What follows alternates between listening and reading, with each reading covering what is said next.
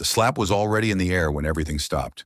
In that split second, time felt frozen inside a mansion built on wealth, silence, and fear. A young black woman stood face to face with power, knowing that if she moved even an inch, she could lose her job, her safety, maybe even her future. She could already feel the judgment waiting to crush her, the old familiar message whispering in her ears. People like you don't fight back. But something inside her snapped. Her heart pounded, her hands shook, and still she reached up and stopped the blow. Around her, everyone held their breath. No one spoke. No one helped. Because in that house, standing up had always been dangerous, especially for someone with her skin color. What no one knew yet was this: that single act of defiance would expose a buried death, destroy a powerful engagement, and force a truth so dark it would leave everyone shaken. Stay, because what happens next changes everything. The room went silent in a way that felt dangerous. Not the kind of silence that follows respect, the kind that follows fear. Under the crystal chandelier of the Reed family estate outside Savannah, Georgia, every worker stood frozen. The air smelled faintly of polished wood and expensive perfume, but beneath it was something sharper. Tension that had lived in this house for years. Madeline Crow's hand was raised. Everyone knew what came next. She had done it before, more times than anyone could count. A slap when a glass was placed wrong. A slap when someone spoke too slowly. A slap when she simply felt annoyed. And because she was engaged to Jonathan Reed, one of the most admired tech investors on the East Coast, no one ever stopped her. No one, until today. The new housemaid stood directly in front of her, Alyssa Monroe, 26 years old, black, quiet, new. She had arrived only 2 days earlier, wearing thrift store shoes and a calm expression that confused the other staff. They had warned her in whispers, "Keep your head down. Don't talk back. If she raises her hand, just take it." Alyssa had nodded politely, but now when Madeline's palm came slicing through the air, something unthinkable happened. Alyssa caught her wrist, not violently, not dramatically, just firmly, like someone planting their feet and deciding, no more. A collective gasp filled the room. Madeline's eyes widened in disbelief. "What do you think you're doing?" she shouted, her voice sharp enough to cut glass. Alyssa didn't raise her voice. She didn't flinch. "I'm asking you to stop," she said calmly. The words landed heavier than a scream. Madeline yanked her arm, but Alyssa's grip didn't loosen. For a split second, the balance of power in the room shifted, and everyone felt it. From the hallway, Jonathan Reed stopped mid-step.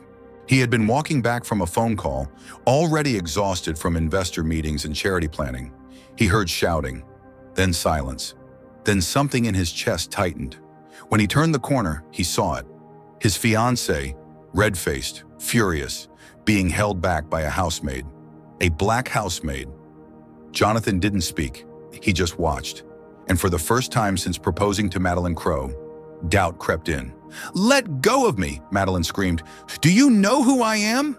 Alyssa finally released her wrist and stepped back, hands folded in front of her, eyes lowered. Not in submission, but control. "I know who I am," she said quietly. Before Madeline could explode again, a calm but cutting voice broke through the room. "So this is how you treat people now?" Everyone turned. Standing beside Jonathan was Mrs. Lorraine Whitaker, a silver-haired woman with sharp eyes and an unshakable presence. She had helped raise Madeline during her teenage years, guiding her through elite schools and society expectations. Rumor had it she was the only person Madeline had ever feared. Madeline's face drained of color. "Mrs. Whitaker, I didn't expect—" "I saw everything," Lorraine interrupted. "And so did Jonathan." The room felt colder. Madeline straightened, trying to reclaim her authority. She pointed at Alyssa. "She grabbed me first. She disrespected me. She's just a maid. Just a maid. Just black. Just replaceable." Jonathan finally spoke. His voice was calm but heavy. "No one in this house is just anything." Madeline stared at him, shocked.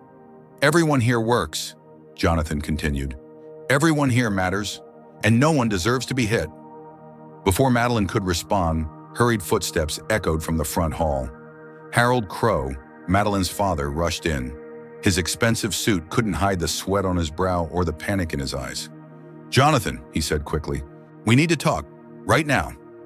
Madeline shook her head violently. "Dad, no, not here." Harold ignored her. "Why didn't you tell him?" he asked, his voice trembling. Jonathan frowned. "Tell me what?" Madeline backed away, her confidence crumbling. "Dad, please, you promised." Harold closed his eyes, defeated. "I promised because I thought you had changed." The housemaids exchanged nervous glances. Alyssa felt her heart pound, not from fear, but from something heavier. She had seen this look before, the look adults wear when lies are about to collapse. "There was another girl," Harold said quietly. "Years ago, she worked for us, like Alyssa." Madeline covered her ears. "Stop." But it was too late. "She accused that girl of stealing," Harold continued. "She hit her, publicly, humiliated her." Jonathan's breath caught. "And the girl died," Harold whispered. The words fell like a body hitting the floor. Alyssa stepped forward without meaning to. "She died," Harold nodded, tears streaking his face. "She collapsed while trying to run. Hit her head. Never woke up." Jonathan stared at Madeline like he was seeing her for the first time. "Is this true?" he asked. Madeline dropped to her knees, sobbing. "I was 17. I didn't mean—" "You meant to hurt her," Harold said firmly. "And you did." The silence that followed was unbearable. Then a knock thundered at the gate, not polite, not hesitant, demanding. The guard rushed in, pale. "Sir, there's a man outside. He says he's here for Madeline." Madeline screamed, "No, no, he found me." Jonathan's chest tightened. "Who is he?" The guard swallowed hard. "He says his name is Marcus Monroe." Alyssa froze. That was her brother's name. And suddenly everything changed. Before you hear what happens next, take a moment. This story isn't just about one slap. It's about silence, power, and the price of dignity. Do you think Alyssa was right to stop that slap? Yes or no? Your answers matter. Stay with the story. The name hit Alyssa Monroe like a sudden drop in temperature. Marcus, her brother. For a moment, the world narrowed to a single sound, her own heartbeat pounding in her ears. She hadn't seen Marcus in over 6 years, not since the funeral, not since the day their lives split into a before and an after. Across the room, Madeline Crowe collapsed completely, her body folding in on itself as if the strength had been drained from her bones. She shook her head wildly, sobbing, repeating the same words over and over. "No, no, he can't be here. He can't." Jonathan Reed turned slowly toward Alyssa. He hadn't connected the last name before. Monroe. He had heard it when she was hired, but it hadn't meant anything then. Now it felt like a missing piece snapping violently into place. "Alyssa," he said quietly, "do you know him?" Alyssa didn't answer right away. She felt every eye in the room press against her skin. She had lived with that feeling her entire life. The feeling of being watched, judged, weighed, and misunderstood before she ever opened her mouth. "Yes," she said finally. Her voice was steady, but her hands trembled. "Marcus Monroe is my brother." The air cracked. Mrs. Lorraine Whitaker inhaled sharply. Harold Crowe staggered back a step, as if the truth had physically struck him. The house staff stood frozen, afraid to breathe. Jonathan's face drained of color. "Your brother," he repeated. "The brother of the girl who died?" Alyssa nodded. "My sister," she said. "Her name was Faith Monroe." She said it slowly, clearly, like a line being drawn that could no longer be erased. Faith. Madeline's sobs grew louder. "I didn't know," she cried. "I swear I didn't know she was related to her." Alyssa looked at her then, really looked at her. "That doesn't change what you did," Alyssa said. "And it doesn't change what you almost did again." Silence swallowed the room. Another loud knock echoed through the estate, rattling the tall windows. Jonathan turned to the guard. "Open the gate," Madeline screamed. "No!" She crawled across the marble floor and grabbed Jonathan's leg. "Please, he hates me. He's here to hurt me." Jonathan gently removed her hands. "He's here for the truth," he said, "and so are we." When the gate opened, the man who stepped inside didn't look like a monster. He looked tired. Marcus Monroe was tall, broad-shouldered, his face hardened by years of grief he never got to release. His jacket was worn, his eyes were sharp, but beneath the anger lived something heavier, pain that had fermented too long. In his hand, he carried a folded photograph. When he reached the doorway, his gaze locked onto Madeline. "So it's true," he said quietly. "You really thought you could disappear." Madeline whimpered. Marcus's eyes shifted to Jonathan. "You must be the fiancé, the billionaire." Jonathan stepped forward. "I am, and I didn't know." Marcus let out a hollow laugh. "None of you ever know. That's how it works." His eyes moved again, this time landing on Alyssa. They widened. "Allie," his voice cracked for the first time. Alyssa took a step toward him. "I didn't know you were coming." "I had to," Marcus said. "I couldn't keep carrying this alone." He turned back to Madeline. "Do you remember my sister?" he asked. "Do you remember slapping her, accusing her of stealing? Do you remember watching her run because she was terrified of you?" Madeline shook uncontrollably. "I was young. I was scared. I didn't think—" "You didn't care," Marcus interrupted. His voice rose for the first time.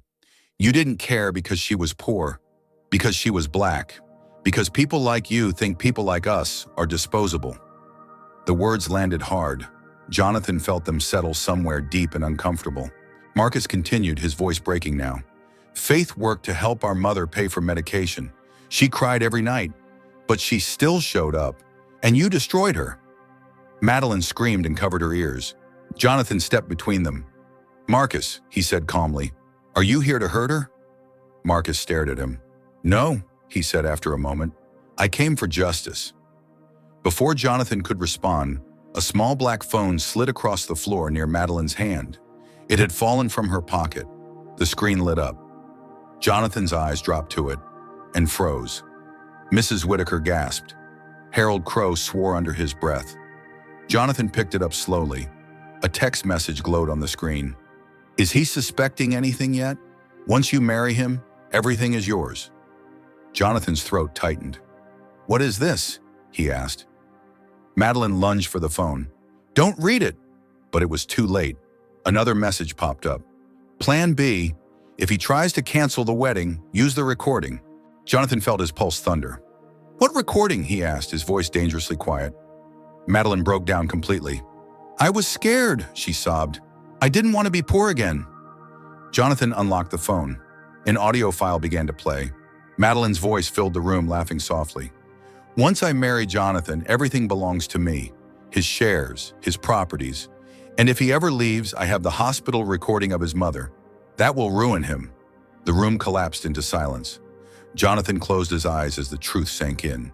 When he opened them, they were wet. "This wedding is over," he said. Madeline screamed. Marcus exhaled deeply, years of anger finally loosening its grip. "She will answer for what she did," he said. "Not to me, to the law." Jonathan nodded. As Madeline was led away, Alyssa stood still, her chest tight, not from fear, but from release. For the first time, someone had listened. For the first time, the truth had won. And this was only the beginning. The house felt different after Madeline Crowe was taken away. Not quieter, lighter. As the police cars disappeared down the long gravel drive of the Reed estate, a strange stillness settled in. It wasn't the silence of fear anymore. It was the silence that comes after truth has finally been spoken out loud, after years of lies lose their power. Jonathan Reed stood near the window, watching the taillights fade. His shoulders looked heavier than they had that morning, as if the weight of realization had physically reshaped him. "I should have seen it," he said quietly. "All of it." Mrs. Lorraine Whitaker stood beside him. "Privilege has a way of blinding good people," she replied. "What matters is what you do once you see clearly." Jonathan nodded slowly. Then his eyes turned to Alyssa Monroe. She stood a few steps away, hands clasped, unsure of her place in the room now that everything had changed. For most of her life, moments like this never ended in relief. They ended in consequences, usually for people who looked like her. Jonathan walked toward her, stopping at a respectful distance. "Alyssa," he said, "I owe you more than an apology." She met his gaze. "I didn't stop her for you," she said honestly. I stopped her because I couldn't let it happen again. Not to anyone. Jonathan swallowed. That's exactly why this matters. Marcus Monroe, who had been standing near the doorway, finally spoke. My sister used to say something similar, he said. She believed dignity wasn't something anyone could give you. It was something you had to protect. Alyssa's eyes filled with tears. She taught me that too. Jonathan took a breath. Marcus, Alyssa, I can't undo the past, but I can make sure it isn't buried again. The following weeks changed everything. Jonathan publicly canceled the wedding and released a statement explaining why. Not in vague language, not in corporate excuses, but in clear, uncomfortable truth. He acknowledged the abuse that had happened in his home. He acknowledged that he had benefited from silence. And most importantly, he acknowledged that racism and power had protected someone who didn't deserve it. The story exploded across media outlets. Some praised him, others criticized him, a few accused him of exaggerating, but Jonathan didn't back down.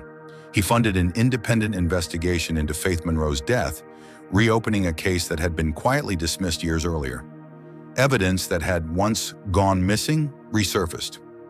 Witnesses came forward. The truth, once again, refused to stay hidden. Marcus attended every hearing, so did Alyssa, not because they wanted revenge, but because they wanted recognition. Because Faith's life had mattered. When the court finally ruled, there were no cheers, no celebration, just a quiet, shared understanding that justice doesn't always feel triumphant, but it still heals. Afterward, Jonathan made another decision. He dissolved the private staff structure of the estate and rehired every employee under new contracts, fair wages, protections, and zero tolerance for abuse. Not as charity, as accountability. Then he did something unexpected. He offered Alyssa a new role, not as a servant, but as a consultant for a foundation he was creating, focused on workplace dignity and racial equity. Alyssa hesitated. I don't want this because I'm a symbol, she said. Jonathan nodded. I want this because you have a voice, and you used it when it mattered. She accepted. Months later, the Reed estate no longer felt like a fortress. It felt like a home that had learned something the hard way. One afternoon, Alyssa and Marcus stood on the back porch, watching the sun dip low over the trees. She would have liked this, Marcus said softly. Alyssa smiled through tears. She would have said it's about time. Jonathan joined them, holding 3 cups of coffee. I can't change who I was, he said, but I can choose who I become. Alyssa took the cup from him. That choice is where justice starts. They stood together in silence, not divided by power, race, or past mistakes, but connected by something stronger: truth, dignity, and the courage to say no more. The story didn't end with punishment. It ended with accountability. It didn't end with hatred. It ended with healing. And somewhere in the quiet space left behind by all that pain, a new beginning finally took root. Before we say goodbye, let me ask you, how did this story make you feel? Did it move you? Do you think Alyssa's choice to stand up was worth the risk? Do you believe stories like this can change how people see racial injustice? If you like this story, comment 111 below to let us know. Tell us which country you're watching from, and please share this video, because conversations like this matter and stories like this deserve to be heard.